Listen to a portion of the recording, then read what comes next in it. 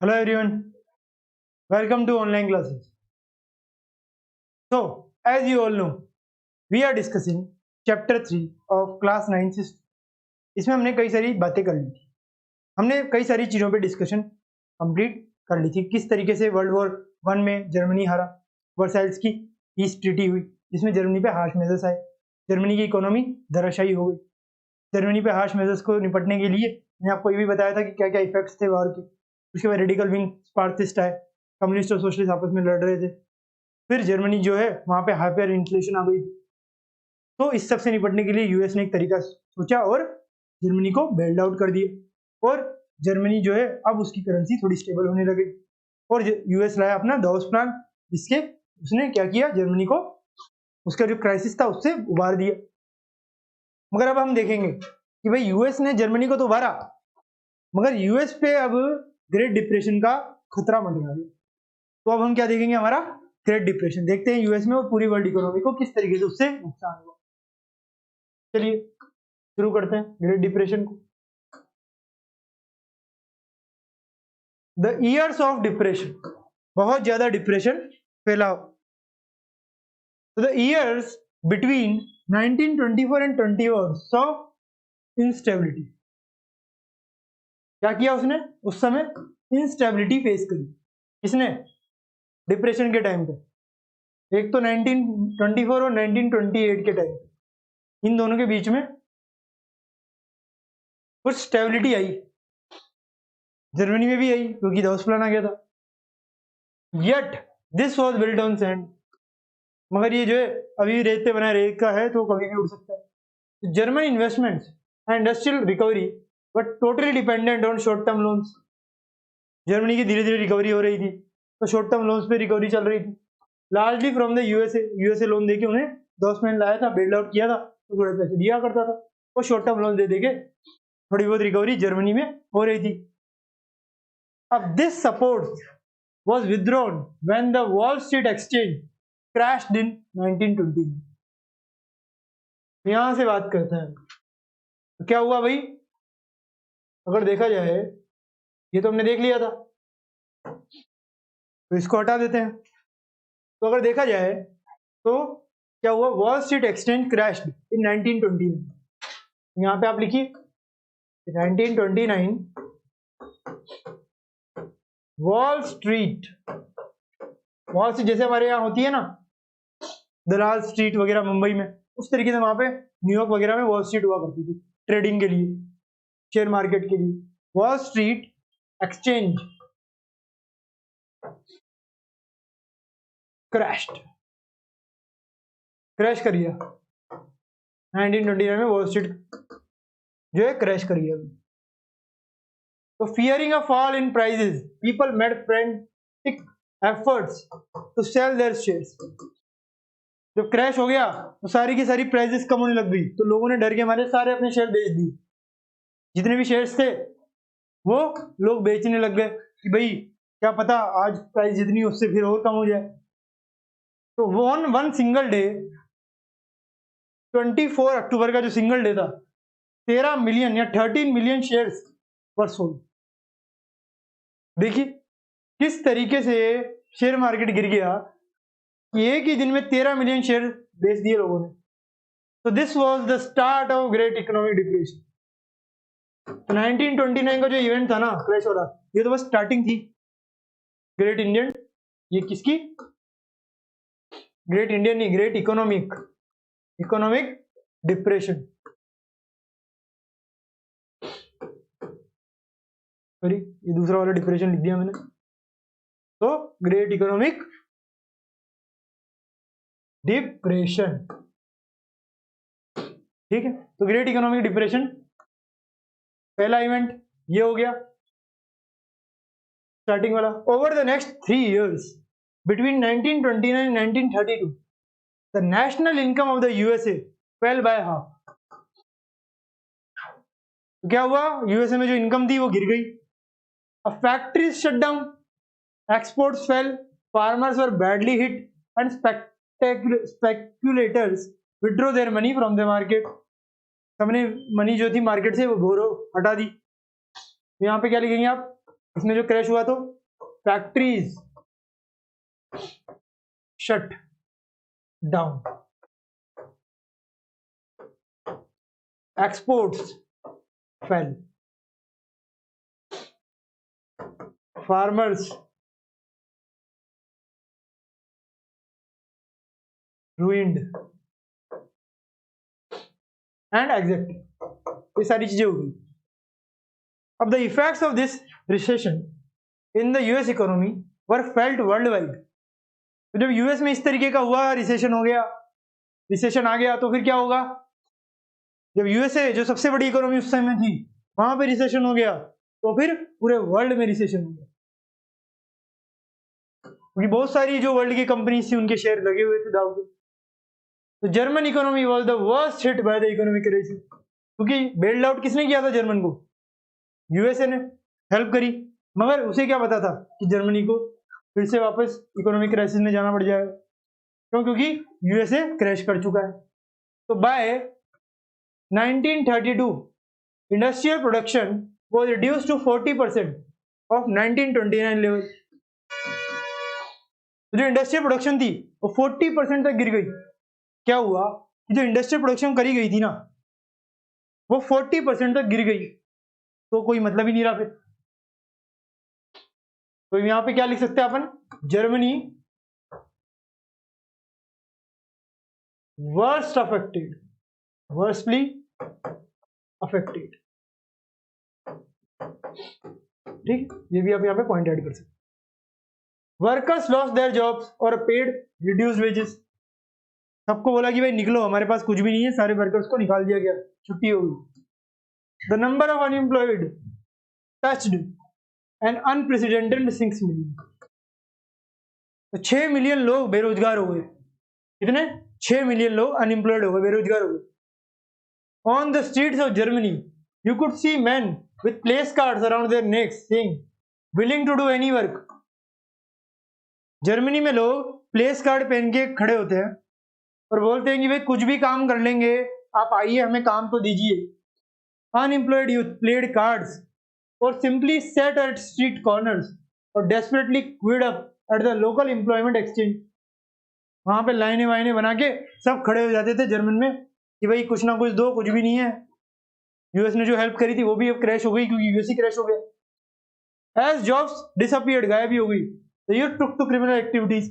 अब जहां जॉब नहीं होगी तो लोगों में खाने के लिए लड़ाई हो जाने लग जाएगी, तो क्रिमिनल एक्टिविटीज बढ़ गई। Total despair become commonplace. हर जगह तनाव, दुख का माहौल हो गया, लग गया, हर जगह डेस्पेयर आ गया, डेस्परेशन आ गई हर जगह। पागल हो क्या यार आप? तो टेक्निकल एरर की वजह से थोड़ी प्रॉब्लम हो गई थी। तो हम कहां पे थे? टेक्निकल एरर होने की वजह से कुछ ना कुछ डिस्कशन में बाधा आ गई थी। तो हम वहीं से शुरू करते हैं जहां से हम पहले थे। वो क्या है? The common place. कि भाई हर जगह तनाव की स्थिति थी। हम क्या देख रहे थे? हम देख रहे थे कि हर जगह तनाव की स्थितियां पैदा हो चुकी थी। ठीक है, क्यों हो गई थी भाई तनाव की स्थितियां? क्योंकि क्रिमिनल एक्टिविटीज होने लग गई थी हर जगह। यूथ जो है वो क्रिमिनल एक्टिविटी में जाने लग गया था, क्योंकि उनके पास खाने के लिए कुछ नहीं था। लोग ऐसे एम्प्लॉयमेंट एक्सचेंज के उधर पड़े रहते थे कि भाई हमें काम चाहिए, वर्क चाहिए, जो नहीं मिल पा रहा था। अब the economic crisis created deep anxieties, fears in people. तो लोगों में क्या हो रहा था भाई? बहुत ज्यादा इकोनॉमिक क्राइसिस हो रहा था, डीप एंजाइटीज हो रही थी और फियर्स हो रहा था। लोगों में बहुत ज्यादा डर था, चिंताएं थी कि भाई किस तरीके से हमारी लाइफ चलेगी। The middle classes especially salaried employees and pensioners saw their savings diminish when the currency lost its value। तो जितने भी लोग थे वो सब डरे हुए थे। क्यों डरे हुए थे? क्योंकि करेंसी की वैल्यू जो है वापस से घट जाएगी, तो फिर से वो ट्रक में लोड करके लाने पड़ेंगे ब्रेड भी।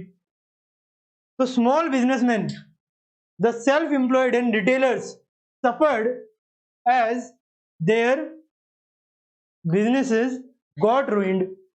तो जैसे जैसे बिजनेसेस जो है रूइन होने लग गया, तो हर चीज में सफरिंग आने लग गई उनको। These sections of societies were filled with the fear of proletarianisation. कौन से भाई? प्रोलेटेरियनाइजेशन। तो क्या हो गया कि लोगों में बहुत ज्यादा दिक्कतें होने लगी, अलग अलग जगह पोलराइजेशन बढ़ गया, हर जगह अलग अलग सेक्शंस ऑफ सोसाइटीज बन गए, हर सोसाइटी अपने सोसाइटी के बारे में बातें करने लग गई और दूसरी सोसाइटी से जलने लग गई या फिर उनसे नफरत करने लग गई। क्यों? क्योंकि जो इकोनॉमी है वो धराशायी हो चुकी है। एंड एंग्जाइटी, तो सबसे ज्यादा जो जहां पे प्रॉब्लम हुई वो थी जर्मनी। जर्मनी में सबसे ज्यादा एंग्जाइटी थी इस चीज को लेकर। तो an anxiety of being reduced to the ranks of the working class or worse still the unemployed. जो वर्किंग क्लास थी वो सबसे ज्यादा अनएम्प्लॉयड हो गई। वहां पे जो वर्किंग जो लोग करा करते, थोड़ी बहुत सैलरी मिलती थी, अब वो भी खत्म हो गई, अनएम्प्लॉयड हो गए, वो सारा का सारा सबको निकाल दिया गया। Only organised workers could manage to keep their heads above water, but unemployment weakened their bargaining power. तो सिर्फ जो ऑर्गेनाइज्ड वर्कर्स थे, जो काम कर रहे थे किसके? गवर्नमेंट के अंडर, वो थोड़ा सा बच गए, मगर उनकी जो बार्गेनिंग पावर थी वो कम हो गई, क्योंकि पावर तो कम हो जाएगी ना, क्योंकि इकोनॉमी नहीं चल रही। Big businessman, businesses were in crisis. क्या थे वो क्राइसिस में थे। The large mass of peasantry was affected by a sharp fall in agriculture prices. तो हर जगह डिप्रेशन था, एग्रीकल्चर प्राइसेस क्या हो गए थे? कम हो गए थे। जो एग्रीकल्चर प्राइसेस थे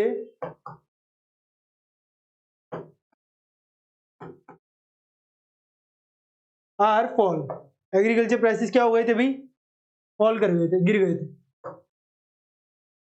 and women unable to fill their children's stomachs, जो उनके पेट हैं, जो अपने बच्चों के पेट भरना नहीं कर पा रही थे, जो महिलाएं हैं वो अपने बच्चों का पेट नहीं पाल पा रही थी, were filled with a sense of deep despair, और सब में दुख बहुत ज्यादा फैल गया था, हर जगह तनाव का माहौल था, डिस्पेयर, वो भी डीप, गहरी, अंदर तक फैल गया था, गांव गांव में जर्मनी में ये फैल चुका था। एक तरीके से देखा जाए तो ये बहुत ही ज्यादा खतरनाक स्थिति हुई जो ग्रेट डिप्रेशन आया, और सबसे ज्यादा थी जर्मनी के लिए। अब politically too the Weimar Republic was fragile. अब ये तो हमने देखा इकोनॉमी की हालत, अब हम देख रहे हैं कि जो वेमार रिपब्लिक है वो भी बहुत ज्यादा फ्रेजाइल था। फ्रेजाइल मतलब कांच की बाती, जल्दी से टूट जाए। The Weimar constitution had some inherent defects. क्यों भाई फ्रेजाइल क्यों था? क्योंकि जन्मजात या फिर जो पहली पीढ़ियां है उनसे वहां पे कोई डिफेक्ट था उनके ट्रेडिशन में, which made it unstable and vulnerable to dictatorship. तो वेमार रिपब्लिक कहने के नाम पे रिपब्लिक था, बट था एक तरीके dictatorship. One was proportional representation. एक क्या है भाई? एक है प्रोपोर्शनल रिप्रेजेंटेशन, तो लोगों के डायरेक्ट इलेक्ट नहीं हो रहे हैं, प्रोपोर्शनल रिप्रेजेंटेशन में बहुत कम पार्टिसिपेशन है लोगों की। This made achieving a majority by any one party a near impossible task, leading to a rule by coalition. तो कोई भी एक पार्टी नहीं जीत सकती थी, क्योंकि प्रोपोर्शनल रिप्रेजेंटेशन की सरकार बना रहे थे, तो सबने क्या करा? कोलिशन गवर्नमेंट बनाने लग गए। अब अनदर डिफेक्ट वो आर्टिकल 48। पहला डिफेक्ट तो क्या है भाई? इनहेरेंट डिफेक्ट्स है। दूसरा डिफेक्ट क्या है? आर्टिकल 48 है, which gave the president the power to impose emergency, suspend civil rights and rule by decree. Article 48 जो उन्होंने कॉन्स्टिट्यूशन में डाला हुआ था अपने में, उसमें यह था कि भाई जो प्रेसिडेंट है उनके पास एक्सटेंड बहुत सारी पावर है, पावर्स वो भी एक्सक्लूसिव पावर्स है, इमरजेंसी करने की, सिविल राइट्स को हटा देने की, और अपनी डिग्री पे रूल करने, जो बोलेगा प्रेसिडेंट वही होगा। तो आर्टिकल 48 ये पावर देता था। तो आपके क्या हो गए? एक तो हो गया ये इनहेरेंट डिफेक्ट्स थे किस पे? वेमार रिपब्लिक जो है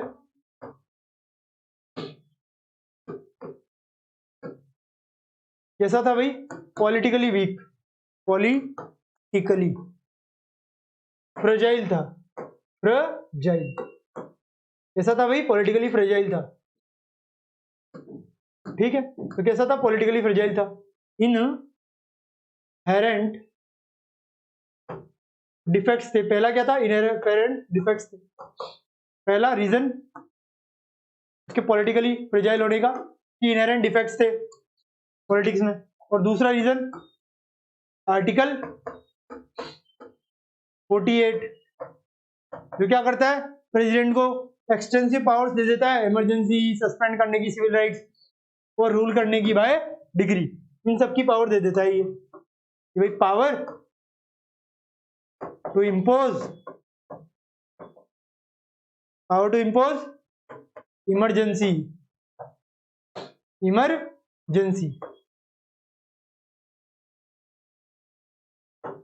सस्पेंड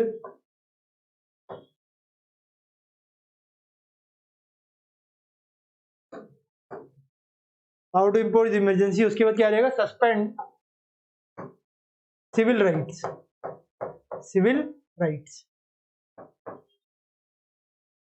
और फिर सिविल राइट्स के बाद रूल बाय डिक्री, मतलब अपने ऑर्डर दो और डिग्री पे अपनी जो भी बात होगी वही मानी जाएगी। तो इस तरीके से ये आर्टिकल 48 भी था। अब with in its short life the Weimar Republic saw 20 different cabinets lasting on an average 239 days. तो देखिए कम से कम कितने 20 कैबिनेट मिनिस्टर्स बार बार चेंज हो रहे थे, क्योंकि प्रोपोर्शनल रिप्रेजेंटेशन था, ये भी आप याद रखिए। प्रोपोर्शनल रिप्रेजेंटेशन इनहेरेंट डिफेक्ट्स में क्या था, प्रोपोर्शनल रिप्रेजेंटेशन, ये आप याद रखिएगा। And liberal use of article 48 का बहुत ज्यादा यूज कर दिया जाता था। अब yet the crisis could not be managed, अब जो क्राइसिस था वो मैनेज नहीं किया जा रहा था, वेमर रिपब्लिक के द्वारा मैनेज नहीं हो पा रहा था जर्मनी में। People lost confidence in the democratic parliamentary system, लोगों का भरोसा उठ गया कि भाई अब कुछ नहीं हो सकता, अब तो मरने मारने की सिचुएशन आ चुकी है। Which seem to offer no solution, भाई कोई सोल्यूशन नहीं निकल पा रहा है, अब क्या करेंगे। अब यहाँ पे जो पार्लियामेंटेरियनाइजेशन की बात करी गई उसका यहाँ पे मीनिंग दिया हुआ है आपको, चलिए मीनिंग देख लेते हैं। To become improvised to the level of working class, तो क्या है कि जो इम्प्रोविज्ड हो जाए, गरीब वगैरह हो जाए in the level of working class, ये क्या है, प्रोलेटेरियनिज्म। इसका मतलब ये होता है कि वर्किंग क्लास जो है वो ज्यादा गरीब हो रही है, उसमें कुछ भी करने की क्षमता नहीं बची। तो हमने ये सब देख लिया, अब हम क्या देखेंगे, हिटलर्स राइज टू पावर। जब ये कंडीशन थी किसकी, इजराइल की, सॉरी इजराइल नहीं जर्मनी की, जब ये सॉरी जो इजराइल नहीं है यहाँ पे जर्मनी की बात कर रहे हैं। इजराइल को तो जर्मनी ने बहुत ज्यादा किया था, क्योंकि इजराइल में आज जूज है और उनको किसने मारा था, जर्मनी के हिटलर। तो चलिए आज हम देखते हैं हिटलर्स के राइज टू पावर, किस तरीके से हिटलर जो है पावर में राइज करा। This crisis in the economy, polity and society form the background to Hitler's rise to power. ये जो इकोनॉमी की हालत थी, पॉलिटी की हालत थी, जो सोसाइटी थी जिसका सरकार से जो है भरोसा उठ गया था, उन सब ने हिटलर को पावर में आने के लिए राइज किया। कैसे किया, सबसे पहले हम देखते हैं हिटलर कहां पे बॉर्न हुआ। तो Hitler born in 1889 in Austria में बॉर्न हुआ। Hitler spent his youth in poverty, अपना जो शुरुआत का बचपन था, जो यूथ था वो पुअर्टी, गरीबी में उसने बिता दिया। When the first world war broke out, he enrolled for the army. जब पहली जो फर्स्ट वर्ल्ड वॉर थी वो आई तो उसने क्या किया, आर्मी में इनरोल हो गया। Acted as a messenger in the front, became a corporal and earned medals for bravery. वो मैसेंजर बन गया फ्रंट में और कॉर्पोरल में बिकेम किया, उसने बहुत सारे ब्रेवरी के मेडल भी जीते। तो एक तरीके से हिटलर जो है वो आर्मी में इनरोल हो चुका था फर्स्ट वर्ल्ड वॉर के टाइम पे, और बॉर्न हुआ 1889 ऑस्ट्रिया में। तो यहां पे क्या आ जाएगा, हिटलर बॉर्न 1889 इन ऑस्ट्रिया। ठीक है, ये आपको याद होना चाहिए। अब द जर्मन डिफीट हो गई थी फर्स्ट वर्ल्ड वॉर में, horrified him and the Versailles treaty made him furious. Versailles की ट्रीटी हुई, पीस ट्रीटी, जिसमें हार्श मेजर्स जर्मनी पे बोले गए, तो उसने फ्यूरियस कर दिया चिंतित हो गया वो। तो in 1919 he joined a small group called the German Workers Party। तो 1919 में क्या किया हिटलर ने? German workers party join, worker party जो ज्वाइन कर ली 1919। He subsequently took over the organization and renamed it the National Socialist German Workers Party। Renamed। Hitler took over and renamed it। क्या rename किया इसको? इसको rename कर दिया national socialist German workers party. तो ये नाम दे दिया गया इसके द्वारा, हिटलर के द्वारा। This party came to be known as Nazi party, और इसे ही क्या बोलता जाएगा फिर बाद में? Nazi party. नाजी पार्टी कौन सी पार्टी? National socialist German workers party, यही है हमारी नाजी पार्टी। ठीक है, ये पार्टी का नाम आपको याद रहेगा। अब चलिए हम आगे चलते हैं। ये तो 2 इवेंट हुए, हिटलर आ गया पार्टी में, नाजी पार्टी बना ली उसने। अब इन 1919 का दौर तो हो गया। अब 1923 में क्या हुआ? Hitler planned to seize control of Bavaria. Hitler ने क्या प्लान किया कि भाई बावारिया को कंट्रोल करते हैं। March two Berlin and capture power. तो बर्लिन में मार्च किया और कैप्चर कर लिया पावर को। तो 1923 Hitler seize planned to seize control of Bavaria. तो बावारिया जो है उसको कंट्रोल करने का हिटलर ने प्लान किया और बर्लिन में मार्च किया और पावर कैप्चर कर लिया। Power captured. ठीक है। अभी failed, was arrested, tried for treason and later released। तो बर्लिन में तो गया वो,